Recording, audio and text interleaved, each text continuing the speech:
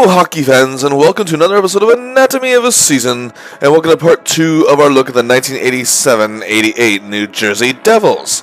If you haven't seen part 1, where I look at the regular season, it's in the top right corner in the link, and it's also in the description, and watch it right now. However, if you have, here's a quick synopsis once again.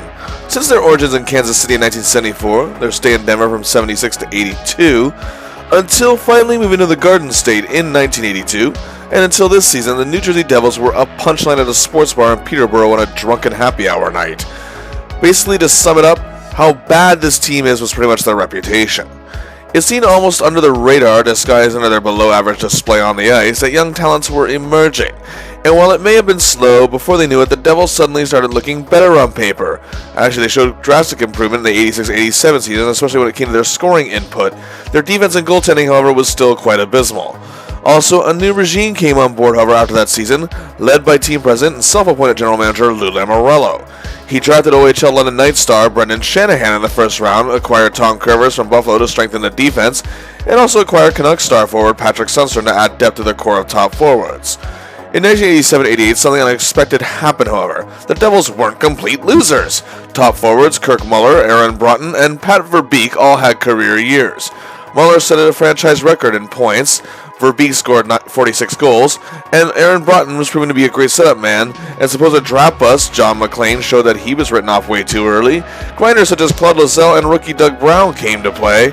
The defense was also the most improved in the league. Long-suffering young Craig Wolanin had a breakout year, Bruce Driver had the best year of his career, and long-suffering Joe Cirella also had his best year. Also, Ken Daneyko showed some drive, and despite injuries to Jack O'Callahan and Tom Kurvers, they were a never-say-die bunch. But there were problems. Mid-season, things got rough, and the Devils reverted back to their old ways, it seemed, and led to coach Doug Carpenter being fired. The deemed unconventional 35-year-old Jim Schonefeld, a former all-star defenseman, was named head coach. Results, however, weren't instant. Going into the final month of the season, it seemed almost hopeless as the Devils found themselves in that all-familiar spot of dead last. Then came the unexpected last piece of the puzzle, Olympic goaltender and heralded rookie Sean Burke. They won 10 of 15 games and ended the year on an 8-game unbeaten streak. Everyone came to play, and in dramatic fashion on the final day and the final game and the final period of the season, that being overtime, John MacLean's dramatic OT winner against the Blackhawks sent them into the playoffs.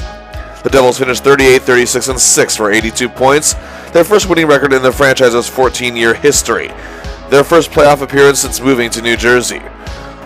And now, the big guns are ready. Schonefeld has the soldiers under command, and now, finally, we say in New Jersey, it's playoff time. The Devils, for their inaugural postseason entry, and of course that's again excluding the Rockies' little playoff run in 1978, face NHL royalty, the Patrick Division title holders, the New York Islanders. Okay, the team is no longer the same club they were that won those 4 straight cups from 1980 to 83, but many of the elements are still there. Also, the Islanders finished with 88 points, not all that much more than the Devils, but are still favorites simply due to experience. They were still counted by the pillar of the club, 15-year veteran and the NHL's all-time leading scoring defenseman, at this time anyway, Denny Potvin, in what would be his final season. Also, superstar center the great Bryan Trottier, still playing great hockey. The two were built on the team's success. And also, they still had something left. Joining Potvin on the blue line, talented Thomas Jonsson, gritty Gerald Diduck, Steve Conroy, Ken Leiter, and another man who their cup success was built on, Ken Morrow. Joining Trottier up front, young superstar Pat LaFontaine, as well as Mikko McKella, pesky Alan Kerr, and one of the most hardworking men in the league, the man who would succeed Potvin as captain here, Brent Sutter, also with a couple rings of his own. Also character players such as Greg Gilbert, Randy Wood, Derek King, and Brad Lauer, also a big part of the club. And in net, you had young star Kelly Hrudey, and backing him up, the man who backstopped the Isles to all their Stanley Cup glory, Billy Smith. Now they're coached by Terry Simpson. This Isles team seems to be determined to reclaim their glory. So here we go. Game 1. On the island, Sean Burke is in net for the Devils, Rudy for the Islanders. The Devils are working hard, but early on the Isles get a power play marker, and Rudy is stumping the Devils forwards. As a matter of fact, Muller is being contained heavily by Sutter, and can't get many big chances. It's 1-0 after 1 for the Isles. Denny Potvin scores his 56th career playoff goal, and it's 2-0 early in the second. But finally the Devils get one as MacLean gets it to Sundstrom, who finds Wolanin, who slaps it home. The Devils trail 2-1 after 2. The Isles go 3-1 in the third, however, and time is ticking, but with 7:55 to play, driver Kurvers to Dave Maley. He brings the Devils back to within a goal, but time is ticking out, and the Devils are on a power play. Bruce Driver takes control, and the hero who got them here, John MacLean, scores another big clutch goal. With 1:56 to go, we are tied, and we are headed to overtime. However, LaFontaine ends it at 6-11 in the extra frame. The Islanders take game 1. The big stars were restricted by the Isles veterans, as Potvin was playing like his young self and LaFontaine was unstoppable. Despite this, the Devils still played a solid game. Burke was good in net, but he didn't buckle, just simply couldn't stop everything.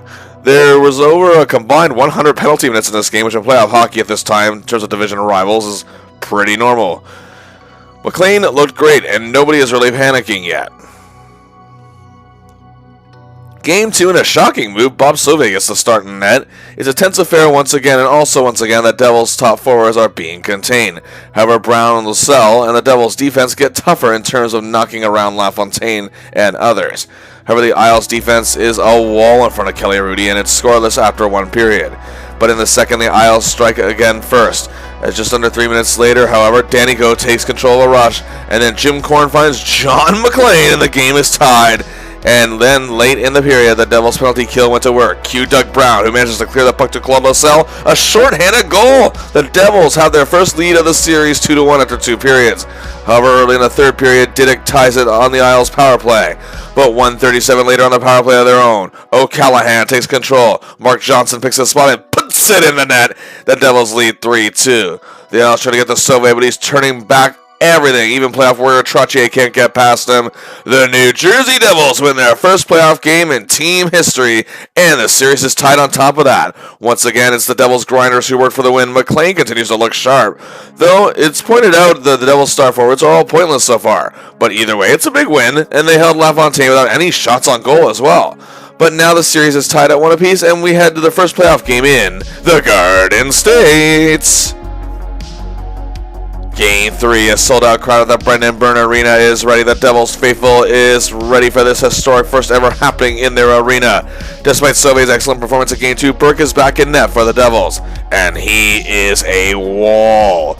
Again, Loiselle is all over Patty, but other Isles forwards are getting to Burke, but he's making some big stops, and the crowd is cheering on their new sensational hero once again. But much like the last game, the Isles defense is a force field, and the Devils don't get too many chances, and it's scoreless after 1. Again, it's a tense, tough atmosphere, and at 6:21 into the second, Kirk Muller, who has been quiet in this series, has the puck, then gets it to little-used Pat Conacher, and Ken Daneyko, the unlikely presence on the score sheet, scores a big goal. The Devils then is sent into a frenzy, and then late in the period, Sundstrom uses those puck-handling abilities, and it gets to MacLean, and Mark Johnson scores, and it's 2-0 Devils after 2. While Burke is making spectacular save after save. Third period, it's deja vu. Sundstrom? Yep. MacLean? Yep. To Johnson. And he's heard this line before. Do you believe in miracles? Oh, Burke holds them in, and what a huge win for the youngster. His first playoff shutout, 31 saves. He was absolutely brilliant. Again, with Patrick Waugh's rookie heroics still fresh in the mind of hockey fans from 2 years prior, it says something. MacLean with 2 big goals. Continuing to soar, Sundstrom plays great. Loiselle is a force in the checking department. The Devils lead the series 2-1, yet Verbeek and Broten still have yet to register a point. The Devils now have a chance to take complete control of the series. Game 4, the Devils' den is even more rabid. They can feel history unfolding before their very eyes. Despite rumors of the Islanders starting Billy Smith, they stick with Rudy. And again, he's not facing many shots, but again, the Devils take advantage. Power play. Muller sees Wolanin at the blue line, over to fellow defender Driver, who drives it into the net. The Devils score first. Another power play less than 5 minutes later. Johnson back to Kurvers to MacLean. He scores 2-0 Devils. Oh, Burke is still making big saves with the Devils defense giving him some breathing room as well, and it stays 2-0 after 1. And in the second period, the Isles again playing that defensive style, but LaFontaine or Trottier can't get things moving. So, with time winding down, the grinders are out. Conacher, Loiselle, to Brown. He scores. It's 3-0 Devils. But with 1:11 to go in the period, LaFontaine breaks the shutout, and the Devils still look good, however, 3-1 after 2. Past the halfway point of the third period, the Devils were playing smartly to protect their lead, but suddenly the Islanders get right back in it. Sutter and Lauer score to tie it. And 1:30 to go, LaFontaine breaks out of his funk and gives the Isles a lead, and the fans are dead silent. Time winding down, they pull Burke out of the net for the extra attacker, but there's not much time. But 12 seconds to play, Kurvers anchors the play to Loiselle, to MacLean, again a clutch hero. The game is tied, the roof blows off the BBA. We're headed to overtime. As OT is moving on and both teams are competitive, Ken Morrow of the Isles takes a bad penalty, and the Devils could win it here. But bad puck control allows Sutter to steal the puck on a shorthanded effort. Going alone, Burke has no chance. The game is over, and the series is tied. And now, because of that, we are heading back to the island, and critics actually call out Broten, Verbeek, and Muller for their lack of production in this series. As Muller does have 2 assists, but either way, many feel if they're going to win this, they'll all need to step it up. MacLean, however, has been heaped with praise for his play in this series, as has Loiselle. Game 5, we are back on the island, and their fans feel this shifting in the favor of their Islanders. But the Devils have not panicked, and early on with a power play, Muller looking off the right spot. Yep, gets to Broten, and Driver slaps it home, and Broten notches his first point of the series. But 2:30 later, LaFontaine strikes. It's tied 1-1 after 1. This time, the Devils are putting more pressure on Rudy than they have the whole series, finally infiltrating this Isles defensive system. Burke is playing his heart out in net again as well. Then again on a power play, Johnson back to O'Callaghan, over to Wolanin. It's a goal. The Devils lead 2-1. Then while killing a penalty, Wolanin gets up the Broten to Conacher, a shorthanded goal. Oh wow, Conacher has been a secret weapon in this series. It's 3-1 Devils. But the Isles bring it to within 1 on the power play just 30 seconds later. Oh, but here they come, at long last for the first time in this series together. Verbeek to Muller to Broten. He scores. It's 4-2 Devils after 2, and in the third period Burke... easy for me to say. In the third period, Burke bars the door. The Devils don't need to add to their lead. It's a huge 4-2 win. The big guns are back flying. Broten answers his critics, a huge 3-point night, a goal and 2 assists. Muller with 2 helpers. Verbeek breaks his drought. Wolanin plays incredible. Burke is great in net once again. And to top it off, the Devils are just 1 win away from winning their first ever playoff series and have the Islanders against the wall. Here we go. Game 6. Back in New Jersey, and can you believe it? A team that was given very little hope from anyone before the season began could win their first playoff series in team history here tonight. Oh boy, while killing a penalty in the first period, the penalty killers strike in a big way. Cirella gets down to the zone to Loiselle to Doug Brown, another shorthanded goal for the Devils. They lead 1-0. The Islanders' penalty kill has been taken apart in this series with 6 seconds to play in the period on the power play. Here we go. In the first, Driver to MacLean to Verbeek. Yes, he gets his first of the series. It's 2-0 after the first period. Second period, it's a power play. MacLean to Sunstrup to Johnson. Oh, what a series the former Olympic champion is having. 3-0.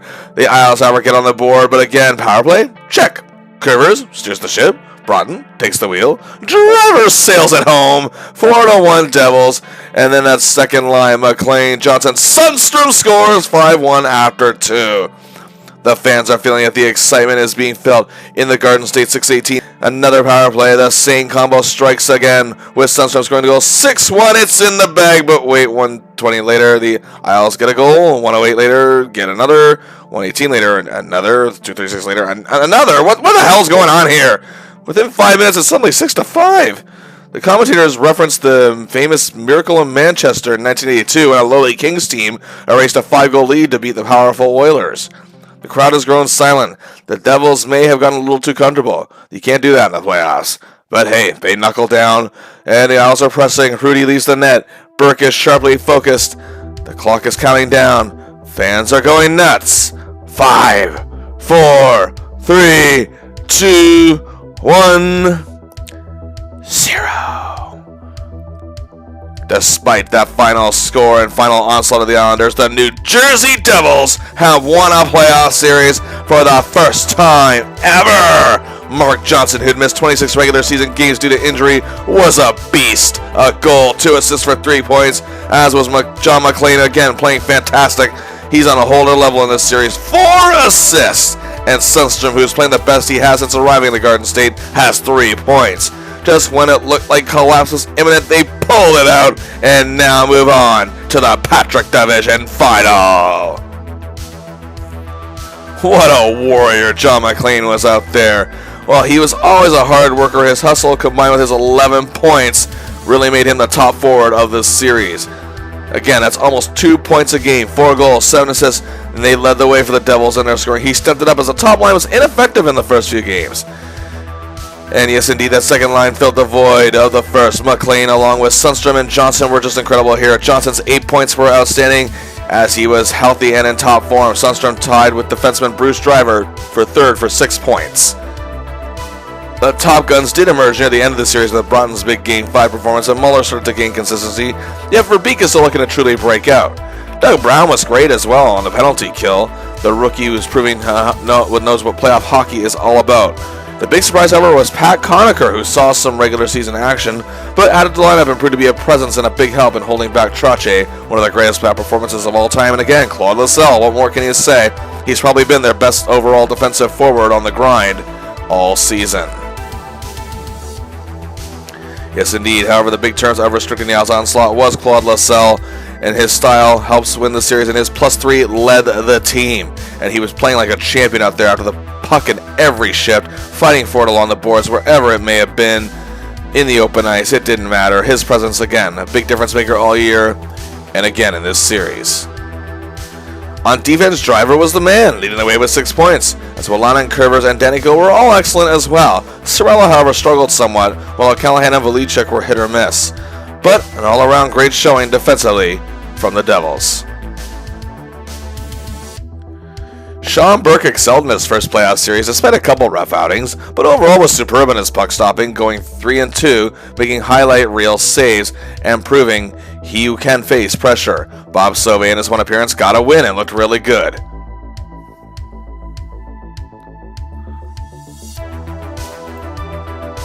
So now it was off to the Patrick Division Final for the very first time, and awaiting them, the Washington Capitals, who finished the season with 85 points, just 3 more than the Devils, and are coming off a grueling 7-game exciting series with the Philadelphia Flyers. And this was going to be historic. Both of these teams have entered the NHL in 1974. And while the Caps finally found regular season success by 1982, the same season the Devils had their first year in New Jersey, they always seem to be on the cusp of something bigger but could never get there. Neither team here has made it to the conference final. It'll be the first time since the divisional realignment in 1981-82 that neither the Islanders or the Flyers won't be representing their division in the Wales Conference Final. Many feel the Caps are overdue for this, while the Devils were never destined for this point. For the Caps, it was that defense, perhaps the most stacked in the entire league. They were led by team captain Rod Langway, a 2-time Norris Trophy winner for Best Defenseman, and the most traditional defenseman in the league. You have hard-hitting youngster all-star Scott Stevens, and power play anchor star blue liner Larry Murphy. Oh yes, we have a young Kevin Hatcher, and Gary Galley. Wow. Up front, they weren't too shabby either. They had star speedy forward, the model of consistency, Mike Gardner. That year, they also added Dirty Dale Hunter, to the club. He's made a difference, especially in the playoffs. Also star center Mike Ridley, two-way specialist Dave Christian, up-and-comers Kelly Miller and Mikael Pavonka, Ben Gustafson, and Patrick's brother Peter Sundstrom.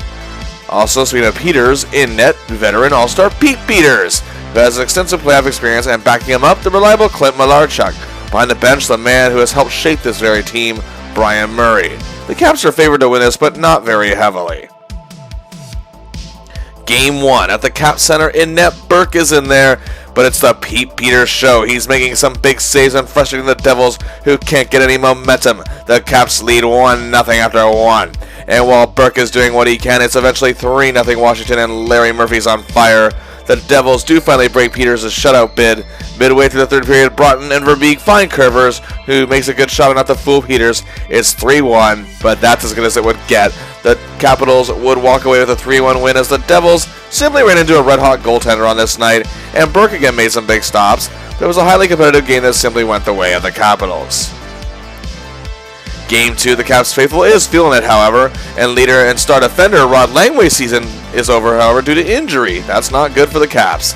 It's a tense outing with over 160 penalty minutes.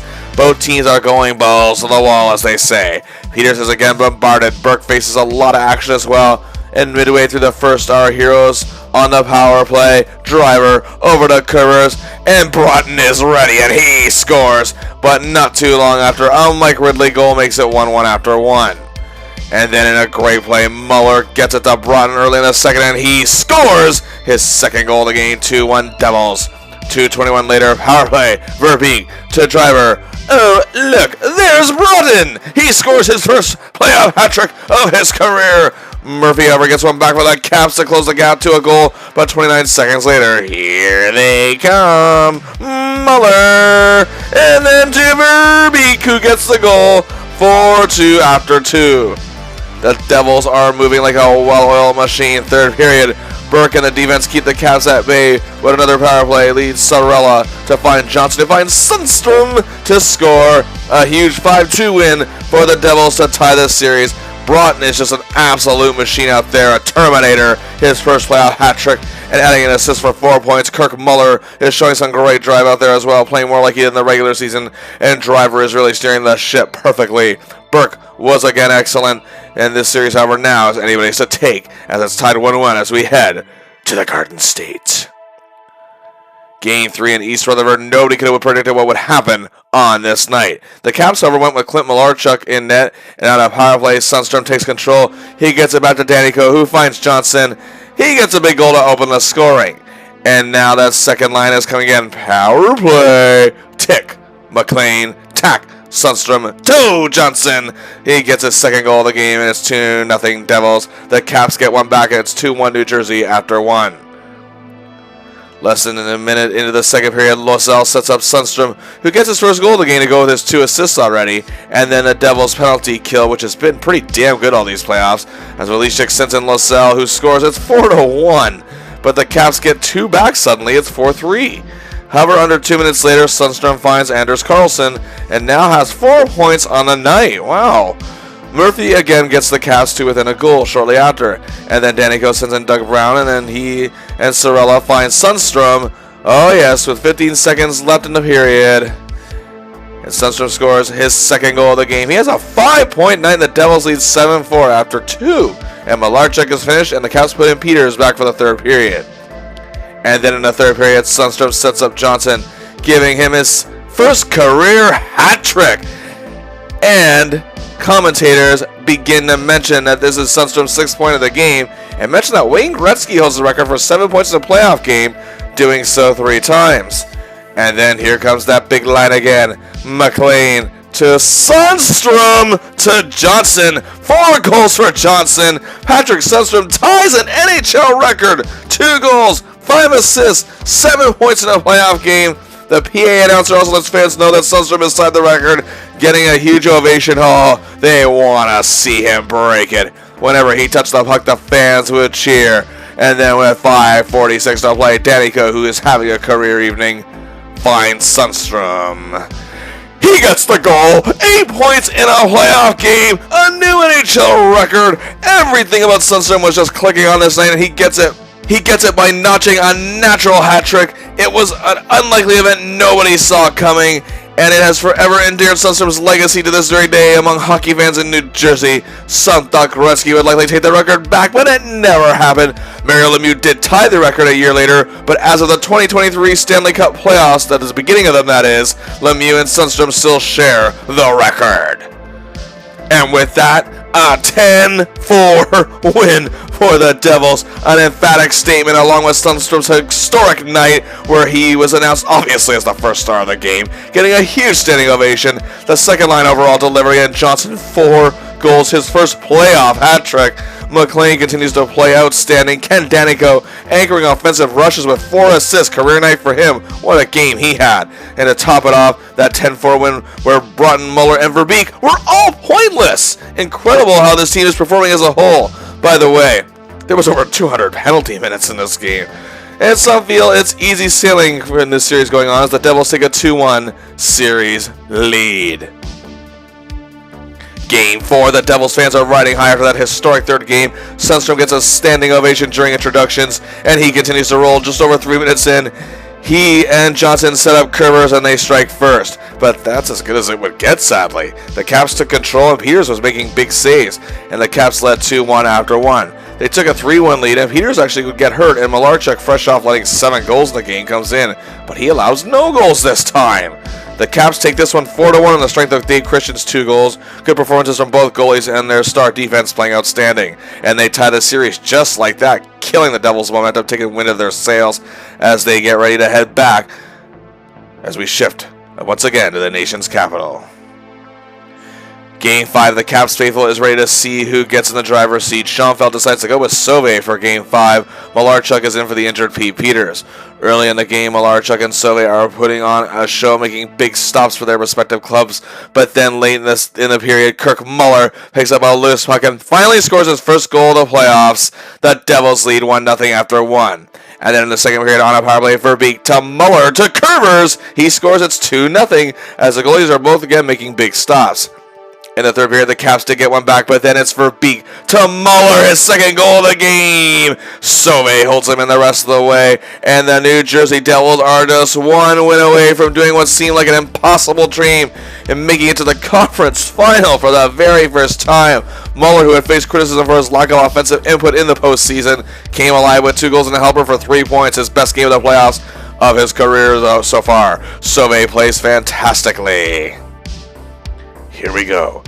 Game 6. The Devil's Den is ready for history to be made once again. The atmosphere is like never before. Years of nightmares could turn into the wildest dreams come true. Burke is back in net, and the place exploded just 18 seconds in. Loiselle makes a great individual effort. We're off and running as Peters gets a harsh welcome back as he's in net again for the Caps. However, this seems to wake the Capitals up. The top line for the Devils isn't producing much in these playoffs in terms of points. Muller and Verbeek are coming off big gains, but Johnson, Sundstrom, and MacLean have been the guys this postseason. So the strategy was, well, quite simple for the Capitals. Contain both lines at all costs with heavy emphasis on the second, and it works. By the end of the first period, it was 3-1 Capitals, and then at the end of the second, 5-1. Burke's night is done. Sauvé is back in. Dave mainly gets a goal for the Devils, but it matters very little. The Caps crushed the Devils with a dominant monster 7-2 win at the Garden State. Both top lines were held pointless. The Capital strategy worked.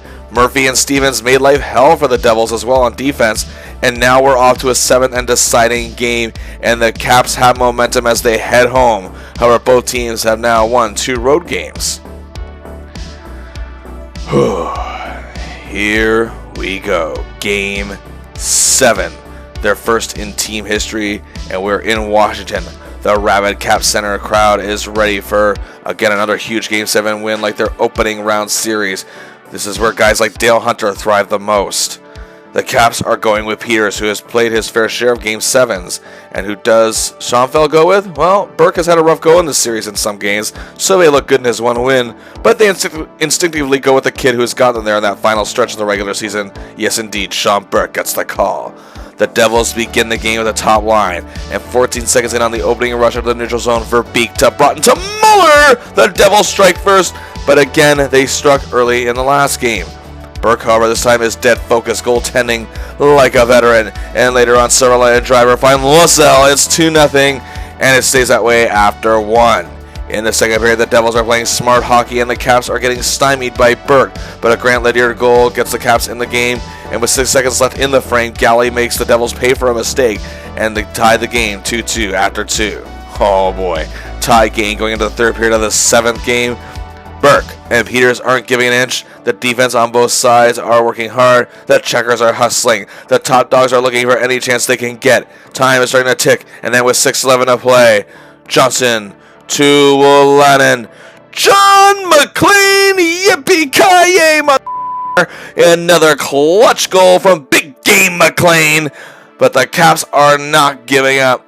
They are pressing for that equalizer, but Burke is quicker than a cheetah with these stops. Loiselle and Brown are fighting to clear the puck as Driver and Kurvers are just trying so hard to defend their goalie. And the clock ticks down. 5, 4, 3, 2, 1, 0. The New Jersey Devils, for the very first time, even before the Capitals, who are making their 6th straight playoff appearance here, are going to the Wales Conference Finals. The miracle run continues. Oh, what a game. What a series. This Game 7 in the unfamiliar terrain saw the Devils work cohesively more than ever to get it done. But again, MacLean, when a big game is on the line, has proven more than once now how dependable he can really be. Burke was seen as a risk starting this game by some, but he shined huge with 30 saves. Once again, like they have all year, the odds have been defied. Patrick Sundstrom led the team in scoring, of course, with 8 of his 10 points coming in one game. But overall, his defensive presence was very welcome as well, as he's been having a great playoff. Again, his historic night is considered to be one of the greatest moments in New Jersey Devils history to this very day. Mark Johnson also continues to play superbly in the playoffs with 7 points. And tied for third, it's a 3-way tie with the top line, who overall may not be living up to the expectations of some, but Muller came alive in Game 5, also played well in Game 7. Overall, they played pretty good for the most part in this series, each with 6 points. MacLean was actually having a bit of a slow series until the final game, but played well defensively in many games, and his true heroics were saved for Game 7. Loiselle continues to look amazing, and Doug Brown tasked with taking on Mike Gardner delivered in a big way in key moments. Pat Conacher again proved to be a hidden factor, despite not registering any points, but he didn't need to. His impactfulness was still felt. Of course, Sundstrom's +7 is best on the club, and he finds himself a consummate trophy candidate for playoff MVP if the Devils can make it all the way. His overall presence is paying off, and this is why Lamoriello made the trade to get him. Despite his lack of playoff experience, his style has been made for the postseason. The Devils' defense worked very well together once again. Kurvers and Daneyko led all defensemen with 4 points each. Daneyko's all coming in that 10-4 win in Game 3. Daneyko, however, was indeed the best defender overall in this series, playing that very traditional style and still using his toughness and assertiveness. Definitely a style, again, made for the postseason. Driver and Cirella also played very well, and Wolanin played great in some games as well, too, despite missing a couple. Either way, the defense shows why they are the most improved in the league. Burke was tested more than he had ever been in his rookie career, and despite his less than stellar 3.53 goals against average, he still came up in a clutch in that 7th game, and won it when it mattered most. And Sauvé, who again gets a win, out of his 2 appearances, looked very good, and is still there if he's needed.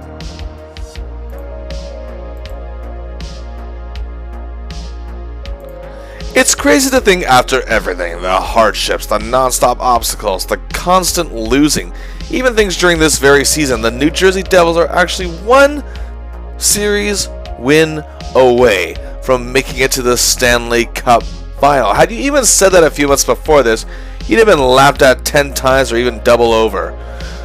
What's even more shocking is that they're doing it with the second line being the biggest stars. However, the top line seems to be ready going into the conference final. Lou Lamoriello as a GM is a miracle worker. Coach Schoenfeld's late season hiring gave this team the motivation they needed.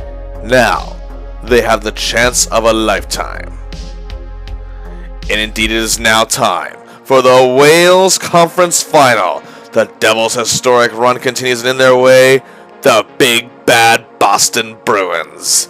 The Bruins squad got through the Sabres in a grueling 6-game series. Then they shocked and upset the high-powered Montreal Canadiens in just 5 games. The Bruins were, however, feeling the heat, as they haven't won a Stanley Cup since 1972. They haven't appeared in one since 1978. They sadly just kept running into teams that were better than they were. I mean, since even when they had the NHL's best record in 1982-83, they'd still lose to 3-time defending champions, the New York Islanders. And they suffered a bad choke job to the Habs the following year in the opening round. The next few years, the team was simply good and maybe above average, but this year they finished with the big 94 points and are appearing in their first conference final since 1983. And they are led by the NHL's best defenseman, and that's that year he'd win his 2nd straight Norris Trophy as the league's top defenseman. He's also the leader of the pack, Raymond Bourque. On the blue line with him, rookie star Glenn Wesley, Michael Thilven, Gord Kluzak, and veteran Reed Larson. Up front, a hard-working, gritty bunch led by hustling power forward youngster Cam Neely, and one of the best playoff forwards of the entire 1980s, Ken Linsman, bringing 3 Cup Finals appearances in a ring with him to this team. Also, Keith Crowder, two-way specialist Steve Casper, Bob Sweeney, Bob Joyce, and a new addition to the bunch, Olympian Craig Janney. Rick Middleton, the 14-year veteran and Bruins legend, is looking for his first Stanley Cup. And in net, seasoned veteran Reggie Lemelin, looking for his first ring as well. And backing him up, Sean Burke's Olympic teammate, and some who say was better than Burke in those Olympics, and well, he did have a better record, mind you, Andy Moog, an all-star goaltender in the NHL who had 3 Stanley Cup rings to his credit, backing up Grant Fuhrer in Edmonton, and was a big part of the 1984 Oilers win. Coached by Bruins legend Terry O'Reilly, who himself has never won a Stanley Cup as a player, is primed for one as a coach. So here we go once again. Game 1, the historic Boston Garden. Sauvé gets the call for this game. Lemelin in net for Boston. It wasn't looking good. In the second period, Craig Janney power play goal put the Bruins up 3-0. However, less than 2 minutes later, Broten and Verbeek find Kurvers and finally get on the board. Then 2:19 later, Kurvers and Broten find O'Callahan, who again is mismatch action in these playoffs, and the Devils trail 3-2 after 2, finally showing some fight. Then early in the third on the power play, O'Callahan is looking, he sees Broten, who gets to Kurvers, slaps it home, the game is tied! But just over 3 minutes later, Bork scores and the Bruins get the lead back, and they end up taking the game 1 that is, 5-3. The Bruins are working on all ends of the ice like clockwork. Again, they contain the top guns. However, Broten did break out. Again, 3 assists. And Kurvers played a beauty with 2 goals and an assist for 3 points himself. Again, like the previous rounds, there's no need to panic, as again, the Devils have lost all opening games of each playoff series. Game 2 sees nearly 125 penalty minutes as tension rises between the two clubs. Burke is back in net for the Devils, and, well, they're much more focused in this game.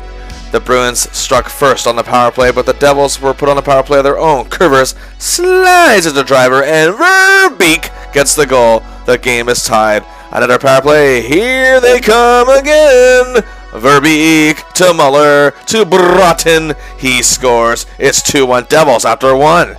And Sean Burke and the Devils' defense were superb in the second period, but Lemelin wasn't allowing the Devils to build on their lead. And neither was the gritty Bruins checking core. It remained 2-1 after 2. The third period, the Devils are sticking to their strategy, but so are the Bruins, and time is ticking down. But with 3:24 left, the Bruins tied it on a power play. We're going to overtime. It's back and forth action. Burke is keeping them in it. So is Lemelin for the Bruins. However, nearly 18 minutes in, Velicek to Cirella, and they control the puck.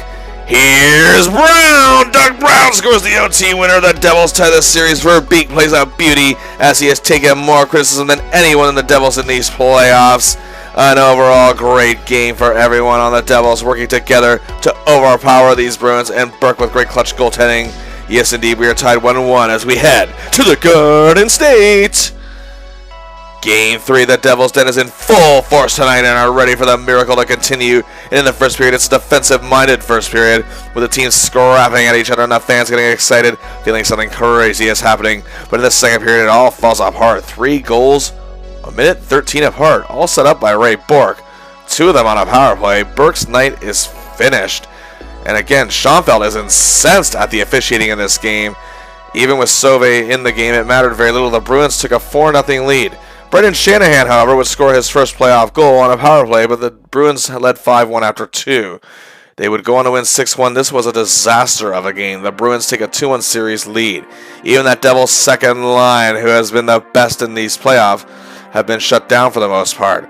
But the big story took place after the game as Devils coach Jim Schonefeld got in the face in a very heated confrontation with head referee Don Koharski. It was a very heated war of words. There was even alleged physicality happening, where Schonefeld ended the conversations by saying, quote, that famous line, "Have another donut, you fat pig." Say, I smell bacon. Do you smell bacon? Do you smell a pork product of some sort? Oh, well, anyway. The NHL initially suspended Schonefeld, but the team took this all the way to the New Jersey Superior Court. God, really? Anyway, even though this was an outside-the-league ruling, the suspension was stayed, actually, and the ruling was upheld, and Schonefeld will be behind the bench for Game 4. Game 4, however, the assigned referee for the contest, Dave Newell, and his crew didn't take too kindly to this ruling and boycotted the game. After an hour delay, amateur officials were found to replace the referees for this game, wearing yellow practice jerseys. Well, anyway, the game finally gets underway, and Burke is a beast in net, turning back everything, and the team swashbucklers Solomon to Loiselle to Melee. It's a goal, and then 45 seconds later, Pat Verbeek makes a great individual effort. 2-0 Devils. That's how it would stay after one. Burke continues to shine, while the Devils aren't getting many chances at leveling in the second, but the Bruins do get on the board with a Cam Neely power play marker. It's 2-1 after 2. Burke, however, is standing on his head at many moments, making many beautiful saves left, right, and everywhere in between. And the Devils add one more. MacLean to Shanny to Kurvers. And it's a 3-1 lead and eventual win. Despite the drama making most of the headlines, the Devils have tied the series in a big way with another cohesive effort. Burke played his finest game of these playoffs, arguably, so far at 33 saves. This team will not die. They will not go quietly, or maybe even not at all. However, due to the hoopla to settle this thing, Schonefeld will indeed serve a suspension for Game 5. And indeed, Game 5 back at Boston Garden, the regular officials are back, and the Devils' assistants take over coaching this game, and the Devils are just abysmal in this one. The Bruins get 2 power play markers in the first. The 41 seconds after the second one, Shanahan scores, and the Devils only trail 2-1 after one. But the Bruins dominated every facet of the game. They led 4-1 after 2, and eventually a 7-1 win for Boston. Yikes. Our heroes now face elimination. Muller played terrible in this game and has not played very well at all in this series. Verbeek has been silenced for some games, and Broten has been quiet as well, despite an assist here. And the second line of stars, Sundstrom, MacLean, and Johnson, have been almost non-existent. This is bad, and Schonefeld being gone didn't help matters either. And now the Devils' dream season is about to turn into the nightmare they didn't want.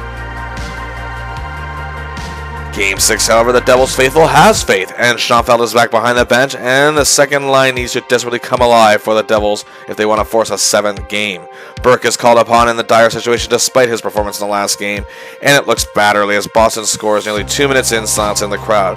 But then Joe Cirella sees Mark Johnson, who's been scoreless in the series, and he gets a goal at last, and then 2:35 later, gets another one, set up by Sundstrom and Wolanin. The Devils lead 2-1 after 1. In the second period, the Bruins tied on a power play, but Wolanin, the Brickley, and Brownie scores. The Devils regain the lead. But the Bruins tied again. And Cirella, Sundstrom, John MacLean scores. The Devils have a 4-3 lead after 2. They are hanging on. They refuse to let this miracle end as Loiselle and Melee find Conacher 5-3. Lemelin is finished. Moog sees his first action of the series, but with time ticking down on a power play with 2:30 to play, Kurvers to Johnson to Sundstrom. Yes, we are going to Game 7. A 6-3 win for the Devils. The second line needed to come alive, and they did just that. Sundstrom has a huge 3-point night. So does Johnson at long last. 2 goals and assists for 3 points. And the Devils have no quitting, and we are in 7th heaven. Remember at the beginning of this season when the NHL released their preseason odds of teams winning the Cup, as I mentioned in the first video? And look at this. The Devils had the absolute worst chance of winning the Cup.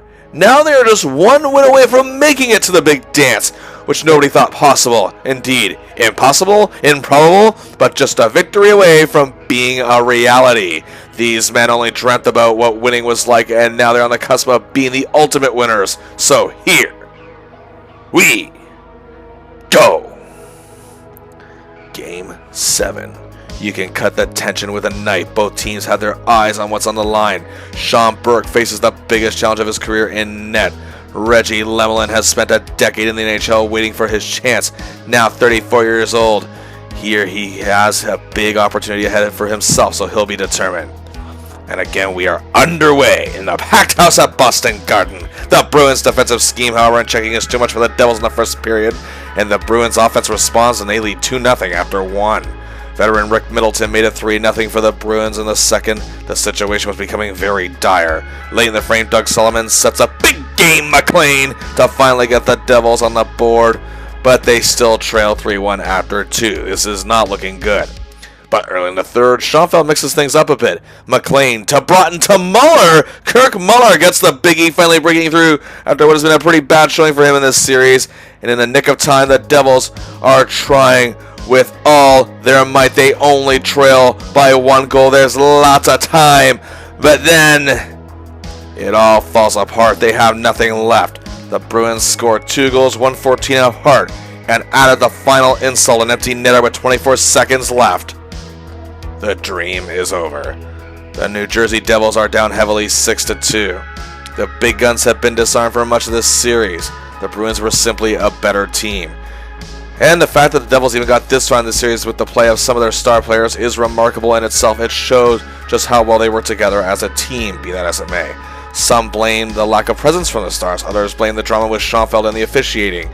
But either way, the best season in Devils history at this point is over, and the Bruins are headed to the Stanley Cup. However, they would be swept out by the Edmonton Oilers.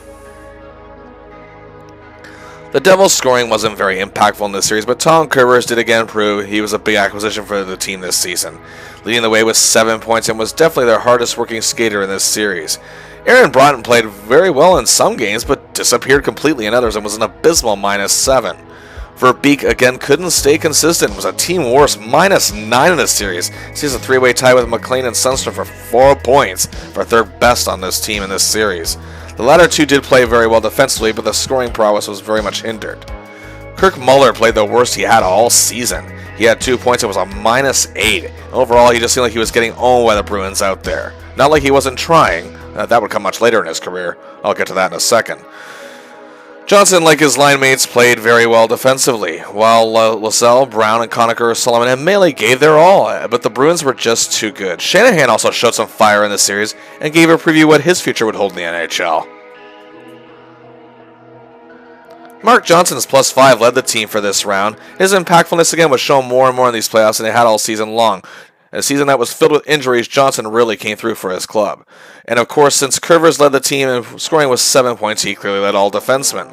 Cirella and Wolanin also had a pretty good series, while Driver actually struggled badly in some games, but also played good in others. Velicic was pretty actually solid in this series, and Daneyko played well for the most part again. But either way, you could see they were exhausted by the end of it all. Sean Burke sadly learned the hard way what playoff hockey is all about, as he was pulverized by Boston shooters in many games. But in the end, he's still one of the main reasons they even got that far, and still made sensational saves and was a workhorse in net. Sauve's only star was the Game 1 loss, and he didn't look all that great, but he didn't look all that terrible either, nor did he in his relief appearances.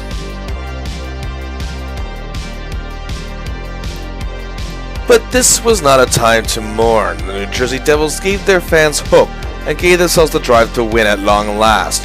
Lou Lamoriello's plan had near instant results, and the fact that the team went from being the biggest joke maybe even in North American sports at this time to being 1 win away from making the Stanley Cup final is truly remarkable in many ways. The team has nothing to be ashamed of. They can hold their heads high, and at long last, all the way back to those 14 years when they began in KC, again to the 6 tumultuous years in Denver, to the last tumultuous 6 years in New Jersey, they did something that none of those prior 13 seasons could produce. They were winners. And they exit the road paved with failure and enter the road to prominence. Now let's look at the final numbers of these playoffs for the Devils.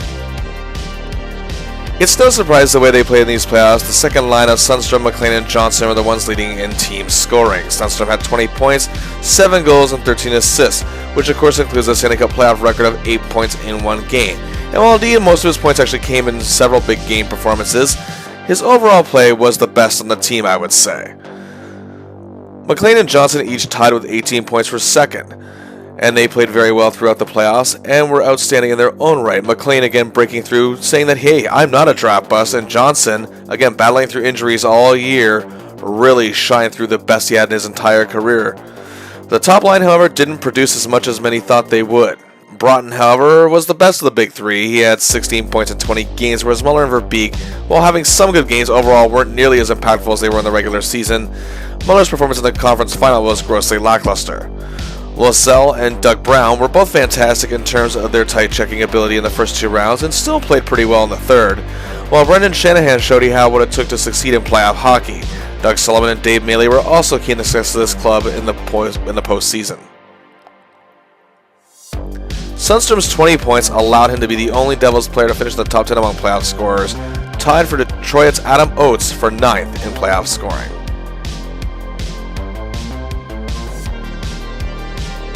Sundstrom's +7 led the entire team, no question.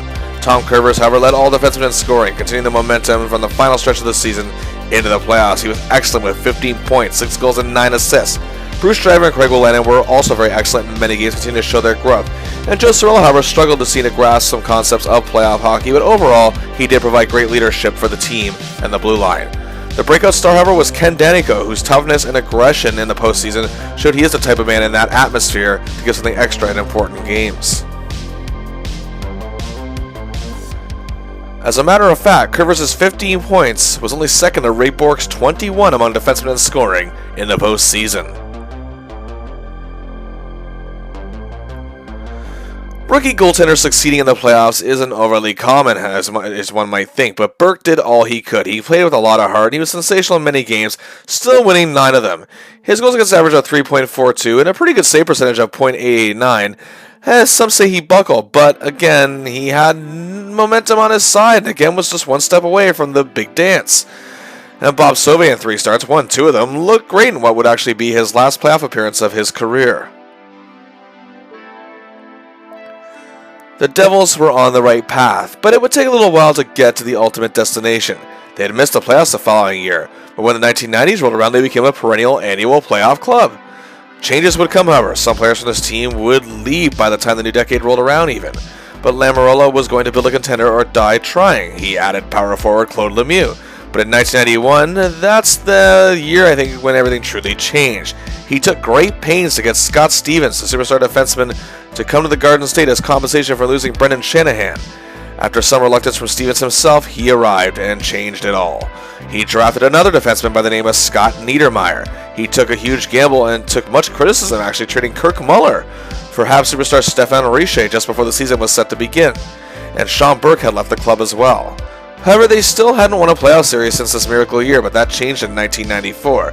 A new coach by the name of Jacques Lemaire implemented a defensive system that changed the game, and depending on who you ask, for better or for worse.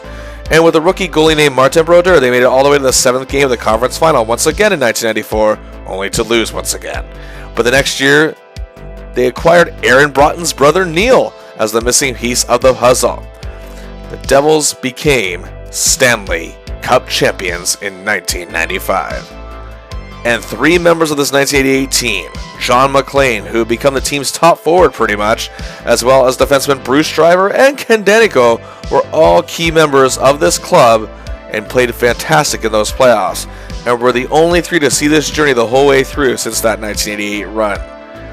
As a matter of fact, Daneyko would win all 3 cups with the Devils that they have won to date, and as of 2020, at the beginning of the 2023 playoffs, and retiring after the last one in 2003. And would have his number retired by the team. Driver would finish his career, however, with 3 seasons for the Rangers, and MacLean would leave the Devils after 14 years and had stints with the Sharks, Rangers, and Stars, retiring in 2002 after playing in nearly 1,200 NHL games, scoring 842 career points. The Devils fans have argued his number should be retired by the club as well. I would agree. Other players were going to have Stanley Cup success with other teams. Kirk Muller would be a huge clutch forward for the Montreal Canadiens during their 1993 Stanley Cup win, scoring 2 key overtime goals in those amazing 10 overtime victories, still a record in the Stanley Cup playoffs. Wolanin, despite missing much of the playoffs in 1996 because he decided to fuck with Patrick Waugh, the team's star goaltender, did get himself a ring with the Colorado Avalanche in 1996 and had a really good regular season that year. Verbeek got his in 1999 with the Dallas Stars and scored a key goal in a pivotal Game 5 of the Stanley Cup Finals, which they would win in 6. And Doug Brown got 2 back-to-back cups with the Detroit Red Wings as a role player for their club in 97 and 98. But it was Brendan Shanahan, who would succeed the best out of all of these men, the first round, 2nd overall pick for the Devils in 1987, became an icon in Detroit as the final missing piece of the puzzle for their success in the same back-to-back wins where Brown was a part of, and would win a 3rd in 2002. Which brings us to our next category. Only one player from this team was inducted into the Hockey Hall of Fame. That is indeed Brendan Shanahan. Shanny would become one of the Devils' top forwards over the following 3 seasons, but it was in St. Louis where he became an all-star.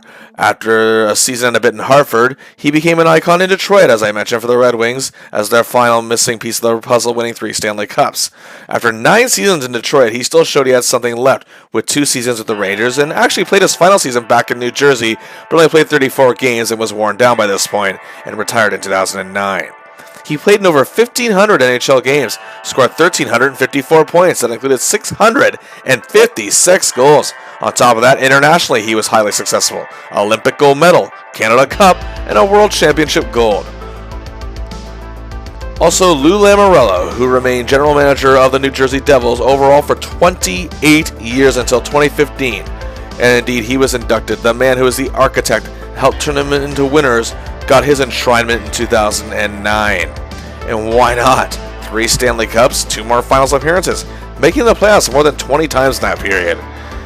Many felt when he was first brought onto the team, he didn't deserve to be president or GM of the club. But he made magic happen, and is regarded as an icon himself among Devils hockey fans. However, we now get to the Hall of Fame arguments, and they have been made for these 3. First, Kirk Muller, who indeed is still seen as an icon in New Jersey, went on to have big success in Montreal, and after a Stanley Cup win in 1993, looked like he was probably on a path to the Hall of Fame career. But something happened. His production dwindled heavily, and after being traded to the lowly Islanders team in 1995, he seemed to lose his passion, phoning it in, dogging it in many games. A trade to Toronto seemed to lift him temporarily in many ways, but he also seemed to be one of the players also born out of the 80s firewagon era of hockey that got swallowed up by the dead puck era. And again, that dead puck era ironically was perfected and innovated by the Devils' Stanley Cup teams in 1995.